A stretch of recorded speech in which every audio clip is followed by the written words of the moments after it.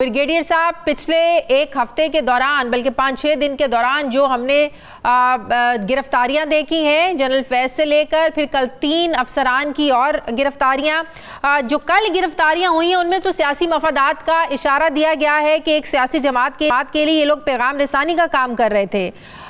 उससे पहले जब जनरल फैज की गिरफ्तारी हुई, कहा गया ये आर्मी एक्ट की खिलाफ वर्जी है। आपको लगता है ये सारा जो गठजोड़ है, ये सारे ताने माने इमरान खान 9 मई, ये सारे मामलात बीच में आएंगे? देखें शादिया, बात यह है कि बिल्कुल मुझे लगता है यही है कि डिटेल कहीं पॉलिटिकल पार्टी की तरफ भी जाएंगी कि उनके कुछ लोग इसमें शामिल थे। बेसिक देखें, फौज इज़ अ बहुत डिसिप्लिन अदारा है और फौज की डिसिप्लिन को अगर साख पहुंचे या फौज की वैसे साख को नुकसान पहुंचे, जो बहुत सीरियस इसलिए लिया जाता है कि इतनी बड़ी फौज में कमांड लेवल के ऊपर ऐसी कोई बात नहीं होनी चाहिए जिससे मोरल ऑफ ट्रुप्स को अफेक्ट हो और इसमें कोई मुल्क में फौज में इंतशार हो। जो लगता है कि काफ़ी इसमें कोशिश ये की गई, इसी वजह से आर्मी ने बड़ा स्ट्रिक्ट एक्शन लिया। लेकिन एक बात देख लें कि अगर इतने सीनियर ऑफिसर के लिए जो बहुत सेंसिटिव अपॉइंटमेंट थी, अगर उनको अरेस्ट किया गया आफ्टर इंक्वायरी, तो इसका मतलब सफिशिएंट ये प्रोसिक्यूशन एविडेंस मौजूद है ताकि जिसको ऊपर इनको कोर्ट मार्शल किया जा रहा है। कभी भी हाफ हार्टेड या विदाउट एनी एविडेंस ये कोर्ट मार्शल नहीं होते हैं। और इसके साथ सेकंड में जिक्र भी किया गया था कि बाद में रिटायरमेंट के जो उनकी एक्टिविटी थी वो अनबिकम थी, उसमें कोई फौज के साथ को नुकसान, कोई ऐसी एक्टिविटी से फौज के अंदर कोई प्रॉब्लम होती। और फौज इन चीज़ों पर बहुत स्ट्रिक्ट है, कॉम्प्रोमाइज़ नहीं करती, बिकॉज एक को पनिश करने से बाकियों के लिए एक सबक मिल जाता है कि जी आपने ऐसी बात नहीं करनी। इसीलिए हमारी फौज डिसिप्लिन मशहूर है।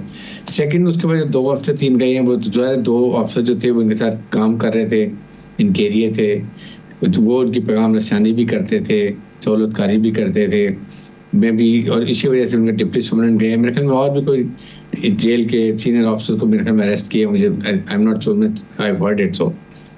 तो ये जो है इसकी वजह से ये सारी प्रॉब्लम हो चुकी है। आपके सामने फौरन सहाफ़ी भी मिल रहे थे, आपने देखा है कि आराइन वो जो थे ग्रिम थे वो काफ़ी ज़्यादा इन्वॉल्व थे रोपसन के साथ, जब सेंट्रल उनके रिकॉर्ड में जाके झांका गया है। वो है बात ये कि anything doing any political party और any military officer against the interest के उसमें मुल्क को नुकसान हो।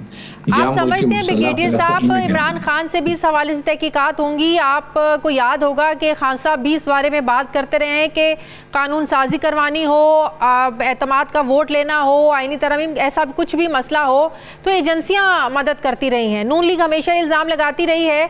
आपको याद होगा जब एतमाद का वोट लिया था इमरान खान ने, तो मरीम नवाज साहिबा ने भी कुछ ऐसा ही इल्ज़ाम लगाया था कि ये इमरान खान को बंदे पूरे करके दिए गए हैं, इवन दो कि इमरान खान के अपने बंदे एतमाद का वोट नहीं देना चाहते थे। फिर जस्टिस रिटायर्ड शौकत अजीज सिद्दीकी साहब की बातें वो भी ऑन रिकॉर्ड हैं। तो ये सारी बातें, अब कुछ चीज़ें तो अब अफसार आलम साहब की जो ऑडियो लीक जो सामने आई है जनरल फैज के साथ, तो कुछ बातें तो बिल्कुल वाजे हैं, उनमें तो कोई सबूत ढूंढने की ज़रूरत भी नहीं है कि क्या सियासी मफादात थे और क्या हो रहा था सियासत के अंदर। देखिए, बात यह है कि ये टोटल वीकनेस ऑफ पॉलिटिशियंस है। Why politicians go and talk to them कि हमें ये कर दे, हमें ये, this shows they don't have a confidence of people of Pakistan। आप अगर अच्छे तरीके से आएँ, मेजॉरिटी से आएँ, इलेक्शन लड़ें, हुकूमत बनाएं, अवाम को डिलीवर करें। इवन 9 वीक की मैं बात करता हूँ, अगर आपकी इस वक्त हुकूमत डिलीवर करे, अवाम की जो है कीमत, ये प्राइस कम करें, डीजल की, पेट्रोल की, गैस की, उसके बाद बिजली की, जो एक इससे ओवर आपके जो है इंडस्ट्री को नुकसान हो रहा है, एक्सपोर्ट को फ़र्क पड़ रहा है। अगर अवाम को आप खुश करें जो आपने वादे किए हैं, और इन हाउस अपना ठीक करें कि आपने अगर 1500 अरब रुपये डेवलपमेंट फंड पे दे दिया है, जो कि बाद में MNA को चला जाता है district court, district deputy commissioner के थ्रू, आप IPP को पैसा देते जा रहे हैं, बजाय इसके कि आप उनसे डील करें कि 2 साल के लिए हम आपको पैसे living foreign country, foreign company आपके अपने मुल्क में जो बैठे हैं, कम से कम वो तो खुदा का खौफ कर सकते हैं। तो अगर ये 1500 में से 500 रुपया जो ऑनगोइंग प्रोजेक्ट्स के लिए रख लें, बाकी 1000 या 800 या 700 अरब आप आवाम की तरफ ये महंगाई कम करने के लिए दे दें, IPP का पैसा निकाल के डेवलप इधर ले जाएं, अवाम कितने खुश होंगे, मुल्क में इकोनॉमिक रिवाइवल हो जाएगा, आपकी हुकूमत पे अवाम का कॉन्फिडेंस हो जाएगा, लोग भूल जाएंगे बाकी बातों को। आप डिलीवर भी नहीं कर रहे हैं, आप पॉलिटिकल स्टेबिलिटी भी नहीं लेकर आ रहे हैं। लेकिन एक और मसला लगता है, चाहे इमरान खान की हुकूमत हो या आज शहबाज शरीफ साहब की हुकूमत हो, कल भी सेम पेज की बात होती थी, आज भी सेम पेज की बात होती है। दुनिया जो है आपकी फ़ौज की गारंटी के बगैर आपको एक अन्ना देने की रवादार नहीं होती है।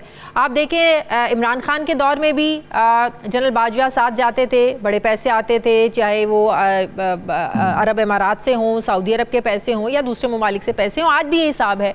दुनिया भी तो आपके सियासतदानों को ट्रस्ट करने के लिए तैयार नहीं है ना।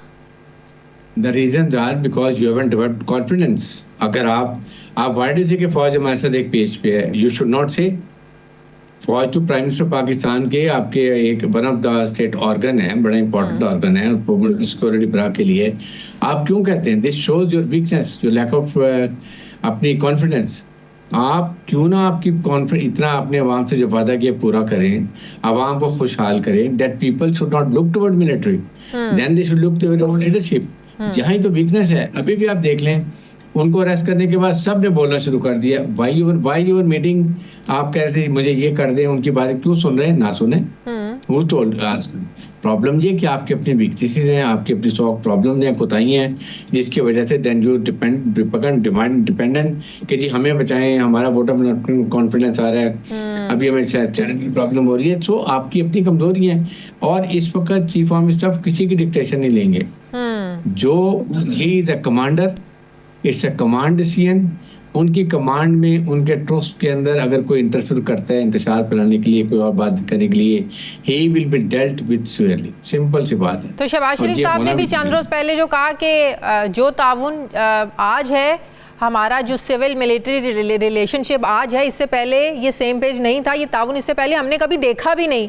तो पब्लिक फोरम्स पे इस तरह की बात करना, कि आप टीवी चैनल्स पर भी आकर इस तरह की बात कर रहे हैं, तो क्या ये मैसेज देना होता है कि फौज हमारे साथ है, हम नहीं हिल सकते, जो बात कल तक इमरान खान करते थे? डेफिनेटली दैट्स अ पर्पस कि आप कहते हैं कि अभी हमें तो कोई डर नहीं है, लेकिन डर आपको अवाम से होना चाहिए। आप अवाम को डिलीवर करें। आई मैं वर्ड में ये नहीं कहता कि आपने जरूर ये चीज 6 चीजों में टैक्स लगाना है। दे वांट कि अगर इस टैक्स से 300 रुपया मिलना है, अरब मिलना है, तो ये हमें वापस आना चाहिए, हम लोन दे रहे हैं। अगर आप अपना होमवर्क करके जाएं और आईएमएफ को अभी भी बताएं कि हम ये डेवलपमेंट फंड से पैसा निकाल रहे हैं, आईपीपी से निकाल रहे हैं, 1000 अरब सेव कर रहे हैं, आपका 300 अरब हम डेफिनेटली वापस करेंगे, हम टैक्स नहीं लगा रहे, they will never object. But आपकी ऑस्टेरिटी कहाँ गई, आपकी अय्याशियां कहाँ जाएंगी, आप जो पैसा है मैंने एमपीएस को देना है वो कहाँ जाएगा? That is a problem. So ये भी 50-60 अरब रुपए जो आप दे रहे हैं, 14 रुपए कर दिए 500 रुपए यूनिट वालों से, कितना 30-40-50 billion, that's all. What about the other money? So आपको ये चीजें, ये आप you embarrass everyone in the government. सही। अच्छा, ये भी सवालात उठ रहे हैं कि टॉप सिटी हाउसिंग स्कीम का जो मामला है, ये तो 2017 का ये मामला है।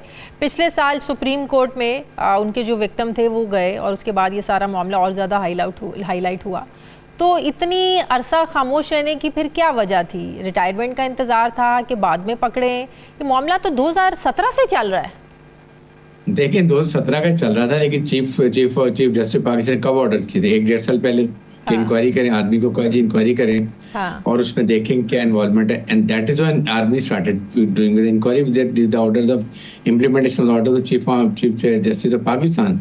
सो उसके बाद with in a year they have come to know found everything. उसी के अंदर जब आपने और चीजों में प्रोब किया होगा, तो देन ये भी निकल आई होंगी चीजें। फिर इतने सीनियर ऑफिसर्स के लिए आपने जरूर कहीं ना कहीं उनको फॉलो किया होगा कि क्या कर रहे हैं, किसके साथ बैठते हैं, कौन इनका ग्रुप में शामिल है, कौन सहूलतकारी कर रहा है, कौन पैगाम रसानी कर रहा है। Everything must have been taken as an evidence, audio, video, documentary clips, then they have reached. और जब उन्होंने अनाउंस किया, mean they have got concrete proof. अब डिपेंड करता है कितना ग्रेविटी है, वो पनिशमेंट उस पर डिपेंड करेगी कि क्या होगा।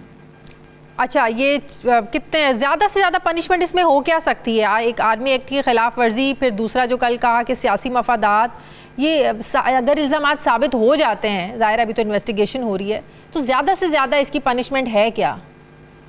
देखिए मुझे मैं आई एम नॉट श्योर, लेकिन मेरा अंदाजा है कि इसमें जो होती है सेक्शन 55 में वो 14 ईयर होती है मैक्स, लेकिन अच्छा, डिपेंड करता है 14 ग्रेविटी साल। ऑफेंस कैसी है, या इसमें अगर कम है ग्रेविटी ऑफेंस तो कम मिल सकती है, बहुत सीरियस नेचर की है ज्यादा मिल सकती है, बट इससे ज्यादा नहीं है कि वो जो बात है कि ये हो जाएगा वो हो जाएगा, ऐसी कोई बात नहीं है। तो ये एक 6 महीने भी हो सकती है खाली, और इससे भी लीनेंट हो सकती है और इससे ज्यादा भी हो सकती है। इट डिपेंड, ये कोर्ट की जवाबदीद है, जब सफाई पेश करते हैं, अपना एविडेंस करते हैं, प्रोसिक्यूशन लाती है, देन सी के इसमें कितना स्टेट को नुकसान हुआ या आदमी की साख को नुकसान हुआ, या इन्होंने कॉन्डक्ट अनबिकमिंग किया जो इनको नहीं करना चाहिए था, 2 साल से पहले पॉलिटिक्स में नहीं आना चाहिए था। तो ये सारी चीजें और आप समझते हैं कि सारे प्रोसीजर से एक बहुत स्ट्रॉन्ग मैसेज भी है और एक बहुत अच्छा प्रेसिडेंट भी सेट किया जा रहा है कि हर बार जो सियासत में फौज को घसीटने की कोशिश की जाती है, माजी में की जाती रही है, तो एक बड़ा स्ट्रॉन्ग मैसेज है कि वाकई फौज का सियासत से कोई लेना देना नहीं है, कोई किसी के लिए सहूलतकारी नहीं कर सकता, किसी को ये राइट नहीं है कि किसको जो है वो आपने इक़्तिदार देना है, और आप ये डायरेक्शन नहीं दे सकते कि किसको आपने सजाएं देनी है, आप ये डायरेक्शन किसी जज को भी नहीं दे सकते कि आप किसके खिलाफ जो है वो सजाएं दें, ऐलानात करें, आप फैसले अपनी मर्जी के सुनवाएं। तो ये एक बहुत अच्छा मैसेज है, एक अच्छा प्रेसिडेंट सेट हो रहा है। बिल्कुल, बड़ा अच्छा मैसेज है, बड़ा क्लियर मैसेज है, लाउड एंड क्लियर मैसेज है, और आई एम श्योर के it is not only serving officers, the retired officers have to be very mindful कि बिल्कुल आपको आज़ादी है, राय भी है, आप 2 साल के पॉलिटिक्स में भी आप join a political party and be very open, nobody stops you.